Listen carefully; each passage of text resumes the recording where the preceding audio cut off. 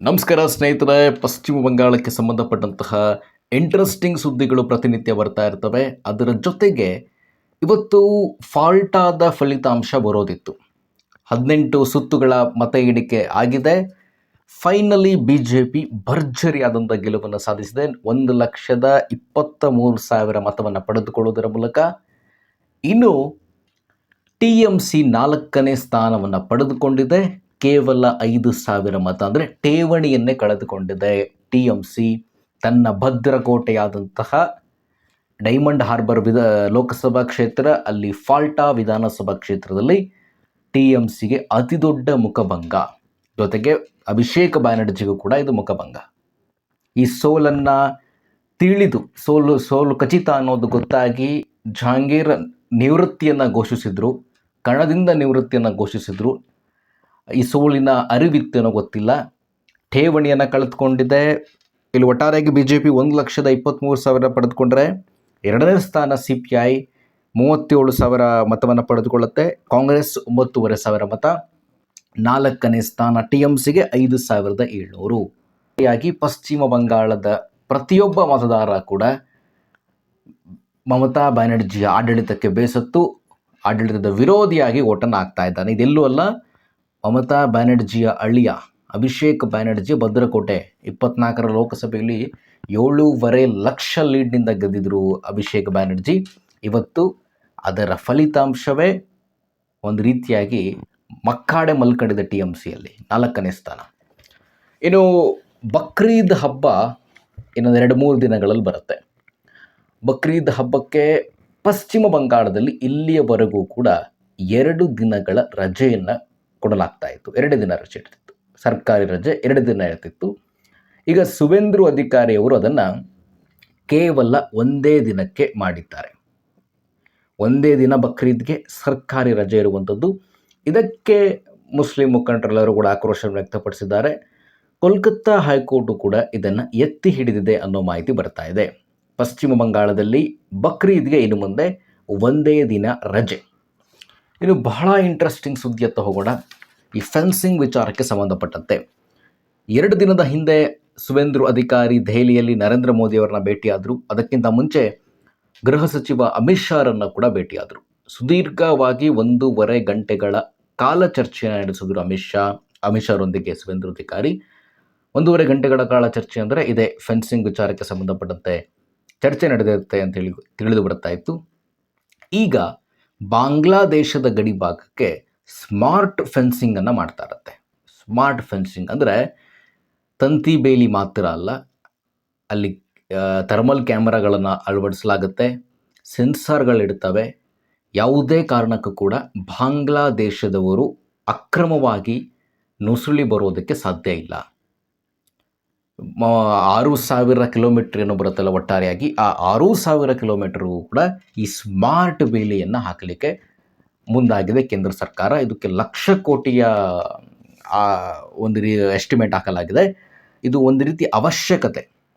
ಇದು ಅವಶ್ಯಕತೆ ಇತ್ತು ಅಲ್ಲಿ. ಈಗ ತಂತಿ ಬೇಲಿ ಅಂತ ಹೇಳಿದರೆ ಯಾವುದೇ ಕಾರಣಕ್ಕೂ ಅಲ್ಲಿಂದ ಹಾರಲಿಕ್ಕೆ ಜಿಗಲಿಕ್ಕೆ ಆಗೋದಿಲ್ಲ. ಬಟ್ ಕೆಲವರು ಇರ್ತಾರೆ, ಅದಕ್ಕೂ ಮೀರಿ ತಲೆಯನ್ನು ಉಪಯೋಗಿಸಿ ಏನೋ ಒಂದು ರೀತಿಯಲ್ಲಿ ತಂತಿ ಬೇಲಿಯನ್ನು ದಾಟ್ತಾರೆ. ಹಾಗಾಗಿ ಈ ಸ್ಮಾರ್ಟ್ ಫೆನ್ಸಿಂಗ್ ನಿಜಕ್ಕೂ ಕೂಡ ಅಲ್ಲಿ ಅವಶ್ಯಕತೆ ಇತ್ತು. ನೋಡಿ, ಮಮತಾ ಬ್ಯಾನರ್ಜಿ ಈ ವ್ಯವಸ್ಥೆಯನ್ನೇ ಹಾಳು ಮಾಡಾಕ್ಬಿಟ್ಟಿದ್ದಾರೆ. ವ್ಯವಸ್ಥೆ ಏನಿತ್ತು ಪಶ್ಚಿಮ ಬಂಗಾಳದಲ್ಲಿ, ಆ ವ್ಯವಸ್ಥೆಯನ್ನೇ ಹಾಳು ಮಾಡಿದ್ದಾರೆ.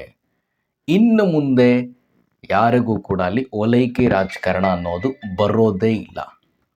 ಓಲೈಕೆ ರಾಜಕಾರಣದ ಪ್ರಶ್ನೆ ಇಲ್ಲ. ಮುರ್ಷಿರಾಬಾದು, ನಾರ್ತ್ 24 ಪರಾಂಗಣ ಗಡಿಯಲ್ಲೆಲ್ಲ ಮುಸ್ಲಿಮರ ಜನಸಂಖ್ಯೆ ಏಕಾಏಕಿಯಾಗಿ ಹೆಚ್ಚಾಯಿತು. ಅದರ ಕಾರಣ ಅಕ್ರಮವಾಗಿ ಬಂದಂಥವ್ರು ಬಾಂಗ್ಲಾದೇಶದಿಂದ, ಅವರು ಭಾರತೀಯ ಮುಸಲ್ಮಾನರಲ್ಲ, ಅಲ್ಲಿಂದ ನುಸುಳಿ ಬಂದಂಥವ್ರು. ಅವರಿಗೆ ಕರೆದು ಮಮತಾ ಬ್ಯಾನರ್ಜಿ ವೋಟರ್ ID ಮಾಡಿಕೊಡ್ತಾ ಇದ್ರು. ಅದಕ್ಕೆ ಕೆಲವೊಂದಿಷ್ಟು ಕಂಪ್ನಿಗಳಿತ್ತಲ್ಲಿ ಅವರಿಗೆ ವೋಟರ್ ID, ಆಧಾರ್ ಕಾರ್ಡ್ ಮಾಡಿಕೊಳ್ಳಿಕ್ಕೆ. ನಿಧಾನವಾಗಿ ಅವರು ಭಾರತದ ಬೇರೆ ಬರ್ತಾಯಿದ್ರು. ನಮಗೆ ವೋಟ್ ಬಂದರೆ ಸಾಕು, ಈ ದೇಶದ ರಾಷ್ಟ್ರೀಯ ಭದ್ರತೆ ವಿಚಾರ ಏನಾದರೂ ಕೂಡ ಪರವಾಗಿಲ್ಲ, ನಮಗೆ ವೋಟ್ ಬರಬೇಕು, ನಾವು ಅಧಿಕಾರಕ್ಕೆ ಬರಬೇಕು. ಈಗ ಸುವೇಂದು ಅಧಿಕಾರಿಗೆ ಆ ಒಂದು ಪ್ರೆಷರೇ ಇಲ್ಲ. ಪ್ರೆಷರ್ ಅಲ್ಲಿ ನೋಡಿ, 11ಕ್ಕಿಂತ ಮುಂಚೆಯಲ್ಲಿ ಸುದೀರ್ಘ 33 ವರ್ಷಗಳ ಕಾಲ CPIM ಇತ್ತು, ಲೆಫ್ಟ್.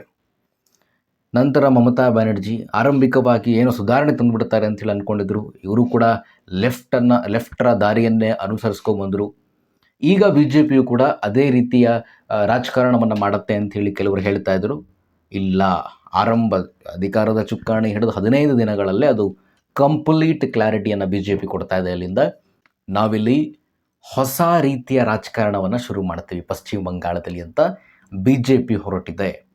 ಈ ಡಿಸಿಷನ್ಸ್ಗಳವರು ಮಾಡಿರುವಂಥದ್ದು ನೋಡಿದ್ರೆ ನಿಜಕ್ಕೂ ಕೂಡ ಅನಿಸುತ್ತೆ ಇದು ಇನ್ನೂ 5 ವರ್ಷಗಳ ಕಾಲ ಕಂಪ್ಲೀಟ್ ಈ ಟರ್ಮ್ ಮುಂದೂಡಿದ್ರೆ ಪಶ್ಚಿಮ ಬಂಗಾಳ ಬದಲಾವಣೆಯತ್ತ ಹೋಗುತ್ತೆ ಅನ್ನೋದು ಖಚಿತವಾಗುತ್ತೆ.